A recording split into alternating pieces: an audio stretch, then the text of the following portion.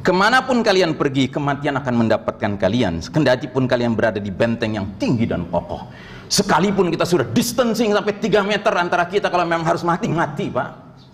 Sesungguhnya yang memakmurkan masjid-masjid Allah hanyalah orang-orang yang beriman kepada Allah dan hari akhir, serta tetap mendirikan sholat, menunaikan zakat, dan tidak takut kepada apapun siapapun kecuali kepada Allah. Maka mudah-mudahan mereka termasuk orang-orang yang mendapat petunjuk. Kalau memang kita takut, sudah nggak usah ke masjid. Tapi kalau kita punya keberanian untuk ke masjid, mari kita laksanakan sebagaimana yang disunnahkan Nabi Muhammad SAW. Saya ingatkan kembali beberapa hal saja. Nabi jelas mengatakan, la tadharu. Bismillahirrahmanirrahim.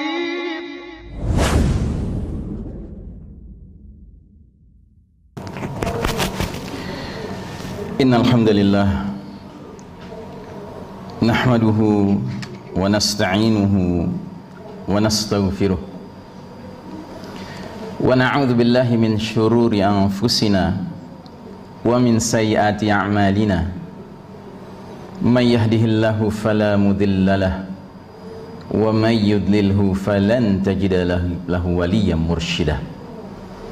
Asyhadu an la ilaha illallah wahdahu la syarika lah wa asyhadu anna Muhammadan abduhu wa rasuluhu la nabiyya ba'dah.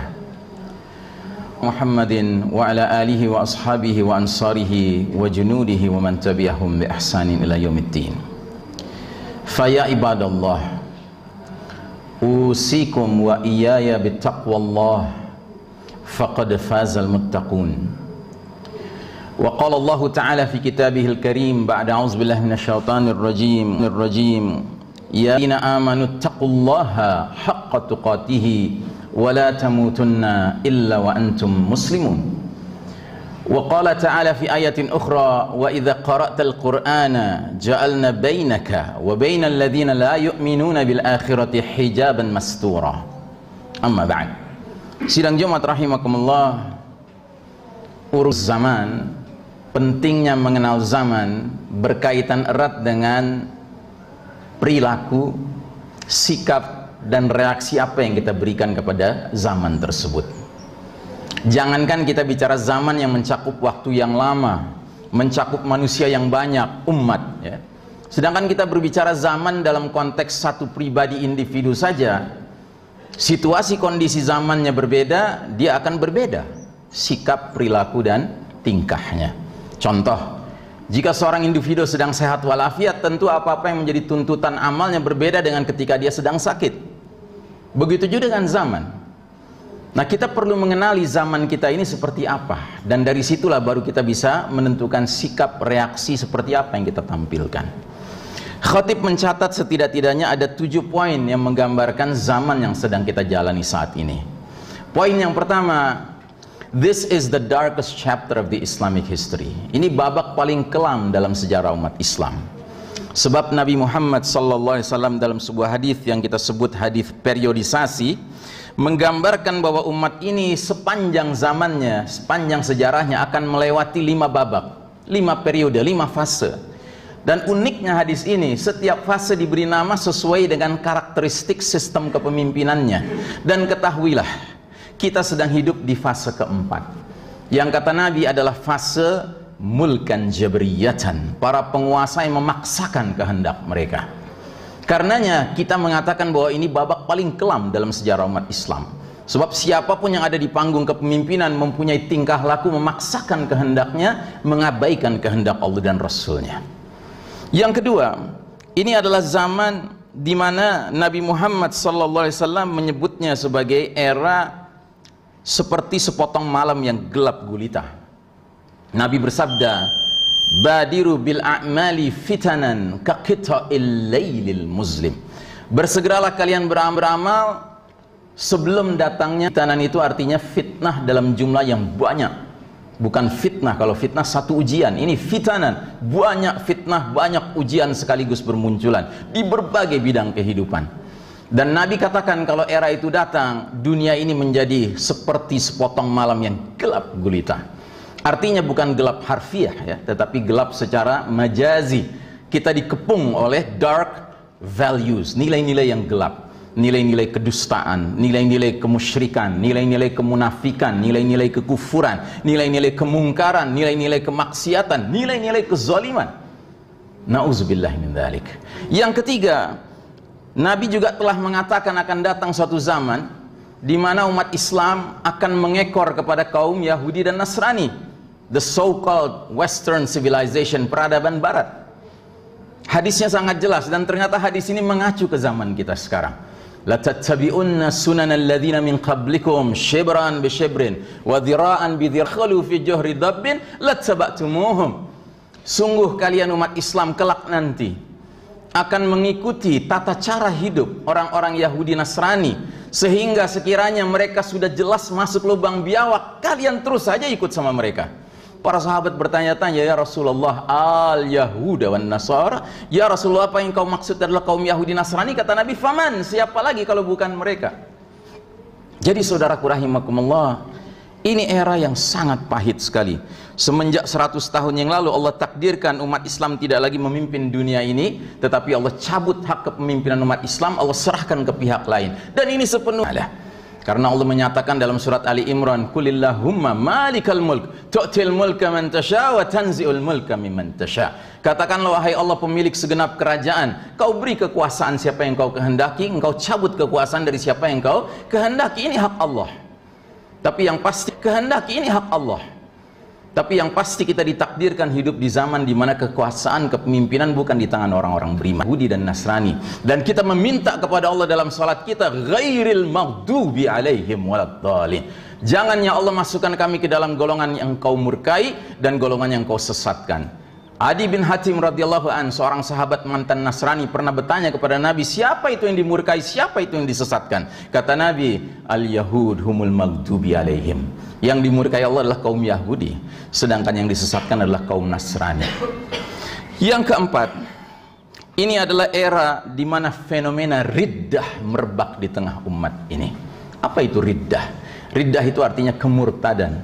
Makanya melanjutkan hadis tadi, setelah Nabi mengatakan bersegeralah kalian beramal sebelum datangnya fitnah yang begitu banyak seperti malam yang gelap gulita, terus Nabi jelaskan di era seperti itu fenomena apa yang akan muncul. Yusbihur rajulu mu'minan wa yumsi kafiran, au yumsi mu'minan wa yusbihu kafiran. Di pagi hari orang masih beriman, sore harinya menjadi kafir. Di sore hari orang masih beriman, pagi harinya menjadi kafir. Jelas tegas Nabi mengatakan pagi beriman, sore kafir, sore beriman, pagi kafir. Nabi tidak mengatakan pagi berbuat amal soleh, sore berbuat amal buruk. Tidak. Sebab ingat, tidak semua keburukan yang dikerjakan seorang muslim serta-merta boleh menyebabkan kita menuduh dia kafir. Tidak. Tapi ada dosa-dosa tertentu yang kelasnya bukan dosa kecil, bukan dosa besar, tetapi dosa nawaqidul iman, pembatal iman. Dan inilah yang sekarang sedang kita saksikan, munculnya fenomena riddah. Ambil contohlah, Nabi pernah mengatakan, man ra'a minkum mungkaran falyughayyir biyadi. Siapa lihat kemungkaran, ubah dengan tangannya jika sanggup. Fa illam yastati fa bilisani. Kalau nggak sanggup, dengan lisan, dengan peringatan, dengan teguran, dengan nasihat. Fa illam yastati fa biqalbih. Tapi kalau nggak sanggup juga dalam hati. Apa maknanya dalam hati? Maknanya dalam hati adalah melihat kemungkaran, kita nggak berani, tangan nggak berani bergerak, amal nggak berani beramal, mengucap nggak berani, tapi hati kita mengatakan ini batil, ini mungkar. Kata Nabi, sekedar di dalam hati itu kategorinya dzalika adalah lemahnya iman. Bayangkan. Makanya di hadis yang lain kata Nabi, barang siapa di dalam hatinya pengingkaran saja tidak ada, sungguh tidak ada keimanan walau seberat biji zarah dalam dirinya. Nah, hari ini kita sadar bahwa kita sedang diacak-acak salah satu tata cara ibadah kita, mengerti tentang sains, teknologi, dan kedokteran dan kesehatan. Terus kita tunduk saja. Oke lah kita tunduk, tapi kalau dalam hati masih ada gerendeng-gerendeng, masih ada perasaan, ini sampai kapan kita begini terus, ya kan? Mudah-mudahan itu kategori Anda masih punya iman, walaupun yang paling lemah, kata Nabi. Cuman yang jadi masalah adalah sebagian orang gerendeng-gerendeng, jangankan reluctant, jangankan ada perasaan tidak serk dengan ini, bahkan dia membela habis-habisan. Di mana lokasi dia?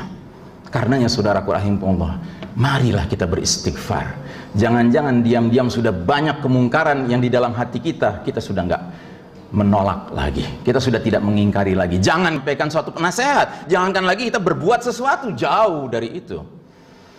Kemudian yang berikutnya, ini adalah era di mana kaum muslimin dijadikan santapan yang diperebutkan oleh bangsa-bangsa lainnya.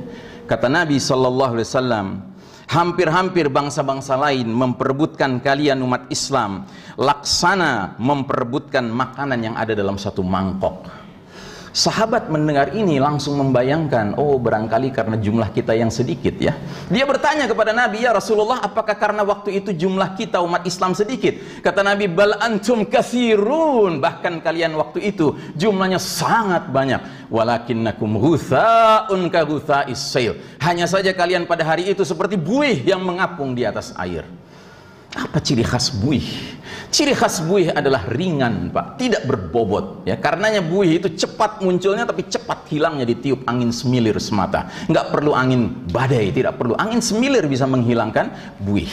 Nah, hari ini umat Islam menjadi barang rebutan seperti ini karena apa? Kebanyakan kita membiarkan bobot kita ringan, Pak. Bobot apa? Bobot segala-galanya. Bobot iman kita ringan, bobot akidah kita ringan, bobot akhlak kita ringan, bobot ilmu kita ringan, bobot ibadah kita ringan, bobot muamalah kita ringan, bobot dakwah kita ringan, bobot jihad kita ringan, bobot sabar kita ringan, bobot istiqomah kita ringan.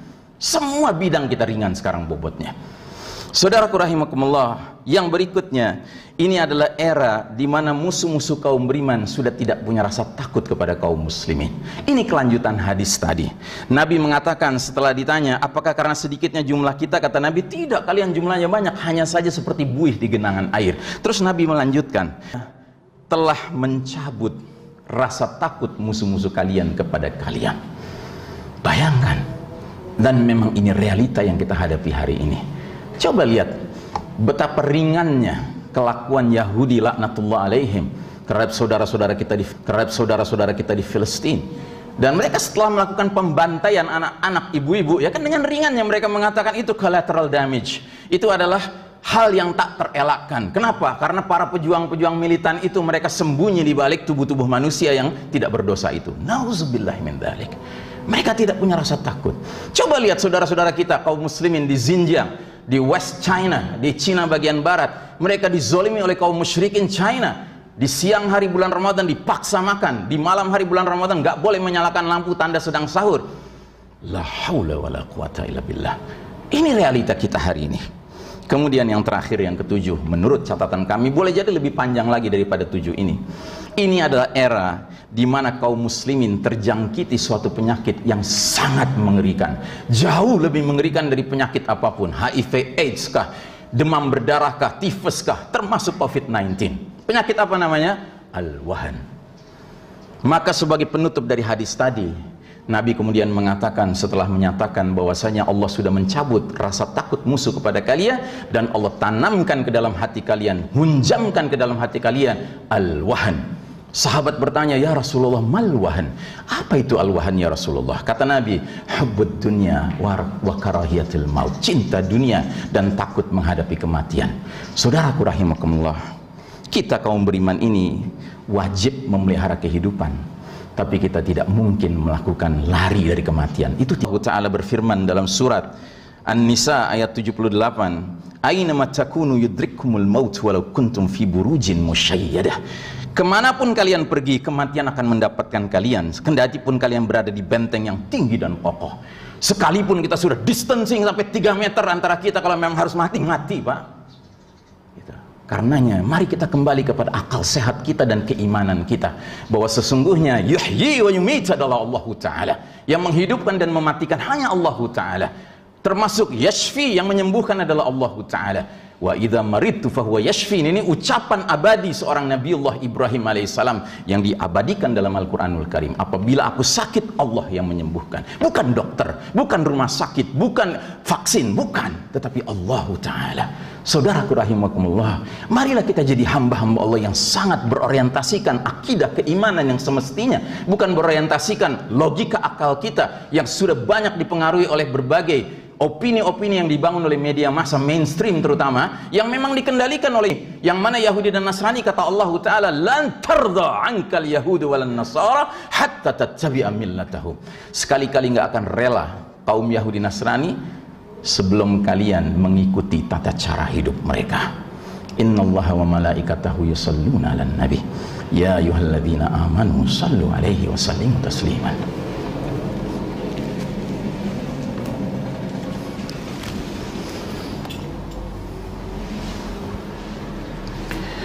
Alhamdulillah wassalatu wassalamu ala rasulillah Muhammad ibn Abdullah wa ala alihi wa sahbihi wa mawalah. Faya ibadallah usikum wa iyaya bittaqwallah faqad fazal muttaqun. Wa qala Allah Ta'ala fi kitabihil karim ba'da auzubillahi minasyaitonir rajim. Ya ayyuhalladzina amanu taqullaha wa qulu qawlan sadida yuslih lakum a'malakum wa yaghfir lakum dzunubakum wa may yuti'illaha wa rasulahu faqad faza fawzan 'azima. Amma ba'd. Sidang Jumat teringat beberapa bulan yang lalu di masa pandemi ini saya khutbah juga di tempat ini, dan alhamdulillah setelah di dalam khutbah saya yang intinya adalah mengingatkan kita, mari kita menjadi hamba-hamba Allah yang mengaku muslim, umat Muhammad SAW, yang menegakkan sunnah Nabi dalam hal salat berjamaah kita. Saya ingat betul bagaimana akhirnya saya turun dari mimbar, tiba-tiba semua pada maju ke depan. Alhamdulillah Rabbil Alamin. Tapi hari ini saya menyaksikan pemandangan yang sama lagi ketika saya belum khutbah waktu itu. Mudah-mudahan setidak-tidaknya hari ini saya akan menyaksikan lagi hamba-hamba Allah yang hatinya tergerak, pikirannya tergerak, keberaniannya muncul, rasa takutnya bukan kepada siapapun kecuali kepada Allah Ta'ala, dan dia jelas tidak memiliki tanda-tanda wahan, hubbud dunya wa karahiyatul maut. Dengan cara, mari nanti kita sholatnya benar kembali sesuai dengan sunnah Nabi SAW, karena pada hakikatnya aturan-aturan yang dibangun ini pada hakikatnya adalah upaya mereka. Ingat saudaraku rahimakumullah, siapa yang pantas memakmurkan masjid? Siapa yang pantas? Jangan cuma mengatakan mereka yang sedang batuk, yang sedang pilek hendaknya sadar diri, nggak usah ke masjid. Jangan begitu.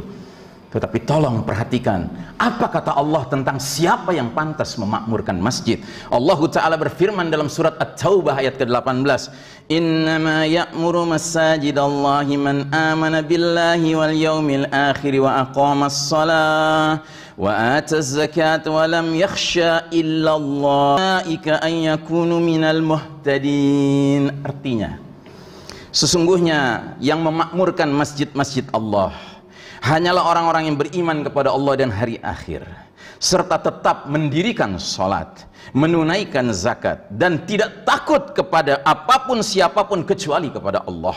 Maka mudah-mudahan mereka termasuk orang-orang yang mendapat petunjuk. Kalau memang kita takut, sudah nggak usah ke masjid. Tapi kalau kita punya keberanian untuk ke masjid, mari kita laksanakan sebagaimana yang disunnahkan Nabi Muhammad SAW. Saya ingatkan kembali beberapa hal saja. Nabi jelas mengatakan, la tadharu furujatin lisyaitan. Jangan kalian biarkan celah-celah, kalian biarkan celah-celah di antara kalian untuk syaitan. Ini Nabi yang bicara, bukan Iksan Tanjung. Kalau Iksan Tanjung yang berbicara, Anda boleh tolak. Tapi ini Nabi Muhammad sallallahu alaihi wasallam, manusia yang begitu mulianya. Kita selalu bersalawat mengharapkan syafaat beliau nanti di hari berbangkit. Kenapa kita kemudian berani-beraninya mengundang syaitan hadir di tengah-tengah kita? Ada sebagian orang yang menjadikan dalilnya adalah, Ustadz, Masjid Nabawi coba lihat, Masjidil Haram coba lihat. Kenapa cuma 2 masjid itu yang Anda tengok? Bukankah Nabi bersabda, la tashaddu rihal illa ala thalathati masajid? Jangan kalian bersungguh-sungguh mengadakan perjalanan spiritual kecuali ke 3 tempat. Masjidku ini, Masjidil Haram, dan Masjidil Aqsa. Coba kita lihat Masjidil Aqsa. Anda sudah lihat video-videonya, Anda sudah lihat foto-fotonya. Apakah di Masjidil Aqsa mereka sholatnya distancing? Tidak, saudaraku. Dan kenapa mereka tidak distancing? Karena mereka hidup dalam realitas yang benar. Realitas yang benar adalah menyadari bahwa zaman ini bukan zaman kita, Pak. Ini zaman musuh-musuh Allah. Ini zaman kaum Yahudi, Pak. Karenanya mereka merasa perlu ketika sholat bergandengan tangan, bersebelah-sebelahan, tidak membuka celah sama sekali. Setan-setan berkeliaran di tengah mereka. Sebab apa? Di luar mereka, peluru-peluru Yahudi itu sudah menanti mereka. Tapi bagi mereka yang hidupnya senang dan tenang seperti di Madinah dan Mekah, wajar saja, Pak, gampang ditipu, Pak. Karenanya tolong logika kita dibenarkan sesuai dengan sunnah Nabi Muhammad sallallahu alaihi wasallam. Saudaraku rahimakumullah, maaf kalau kami terdengar begitu bersemangatnya, karena jujur kami sangat sedih. Jangan sampai umat Islam ini menunjukkan fine-fine saja dia mengikuti aturan ini, sampai ke tingkat hatinya tidak ada reluctancy, tidak ada penolakan. Padahal kalau ada penolakan pun itu baru kelasnya kelas dzalika dhaful iman, itu iman yang paling lemah, Pak.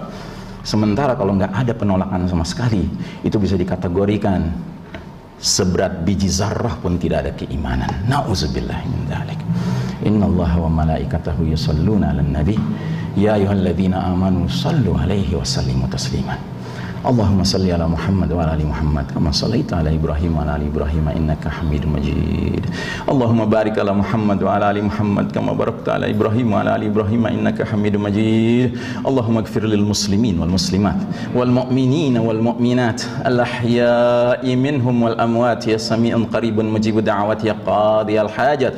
Rabbana ighfir lana wa li ikhwanina alladhina sabaquna bil iman wa la taj'al fi qulubina ghillan lil ladzina amanu rabbana innaka Raufur Rahim. Allahumma ighfir lana wa liwalidina warhamhum kama rabbawna shighara. Rabbana hab lana min azwajina wa dhurriyyatina qurrata a'yunin waj'alna lil muttaqina imama. Allahumma a'izzal Islam wal muslimin. Allahumma adhill asy-syirka wal musyrikin. Allahumma ansuril muslimin al madhlumin al mustad'afina fi kulli makanin wa fi kulli zamanin, khassatan fi Palestin, fi Syam, fi Suriya, fi Myanmar, fi Xinjiang, fi Hindia, fi Rohingya, fi Indonesia wa fi kulli makanin wa fi kulli zamanin. Allahumma ansur ikhwanana al mu'minin المخلصين الموحدين المجاهدين في سبيل الله في كل مكان وفي كل زمان، خاصة في غزة وضفة الغربية وفي مسجد الأقصى في القدس وفي بيت المقدس برحمتك يا أرحم الراحمين. اللهم إنا نعوذ بك من عذاب جهنم ومن عذاب القبر ومن فتنة المحيا والممات ومن شر فتنة المسيح الدجال. اللهم ارفع من الأرض هذه قضية كورونا فيروس حتى نستطيع أن نعبدك عبادة صحيحة في مساجدنا برحمتك يا أرحم الراحمين. ربنا آتنا في الدنيا حسنة وفي الآخرة حسنة وقنا عذاب النار. عباد الله إن الله يأمر بالعدل والإحسان وإيتاء ذي القربى وينهى عن الفحشاء والمنكر والبغي يعظكم لعلكم تذكرون ولذكر الله أكبر وأقم الصلاة. يا صل وسلم